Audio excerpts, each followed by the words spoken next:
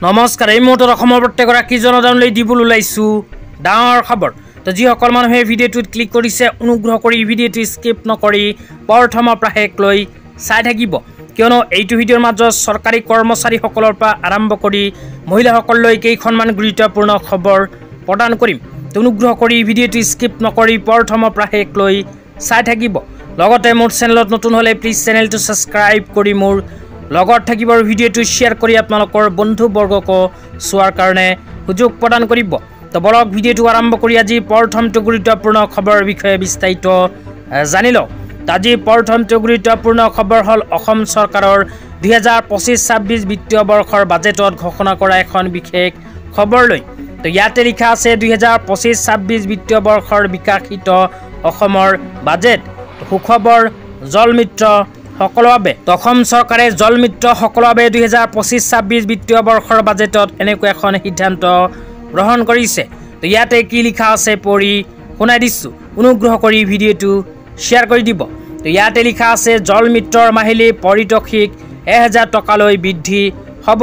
তো যিসকল জল মিত্ৰ আছে সেইসকল জল মিত্ৰৰ দৰমহা 1000 টকা বৃদ্ধি কৰিব অসম চৰকাৰে। তো অসম চৰকাৰে 2025-26 বিত্তীয় বৰ্ষৰ বাজেটত এই কথা ঘোষণা কৰিছে। তেতিয়া আপোনালোকক দিবলৈ ওলাইছোঁ আজি দ্বিতীয়টো খুবেই গুৰুত্বপূৰ্ণ খবৰ। তো আজি দ্বিতীয়টো গুৰুত্বপূৰ্ণ খবৰ হ'ল চৰকাৰী কৰ্মচাৰীসকলৰ বাবে। তো অসম চৰকাৰে 2025-26 বিত্তীয় বৰ্ষৰ বিকাশিত অসমৰ বাজেটত চৰকাৰী কৰ্মচাৰীসকলৰ বাবে এখন বিশেষ সিদ্ধান্ত গ্ৰহণ কৰিছে। তো কি সিদ্ধান্ত গ্ৰহণ কৰিছে আপোনালোকক বিতংভাৱে জনাই আছোঁ, অনুগ্ৰহ কৰি ভিডিঅ'টো স্কিপ নকৰি চাই থাকিব। লগতে ভিডিঅ'টো শ্বেয়াৰ কৰি আপোনালোকৰ বন্ধুবৰ্গকো চোৱাৰ কাৰণে সুযোগ প্ৰদান কৰিব। তো অসম চৰকাৰে 2025-26 বিত্তীয় বৰ্ষৰ বাজেটত চৰকাৰী কৰ্মচাৰীসকলৰ বাবে এনেকুৱা এখন সিদ্ধান্ত গ্ৰহণ কৰিছে। তো ইয়াতে লিখা আছে চৰকাৰী কৰ্মচাৰীসকলক গ্ৰহণত ক্ৰয়ৰ বাবে 1000 টকাকৈ আৰ্থিক এককালীন অনুদান আগবঢ়োৱা হ'ব।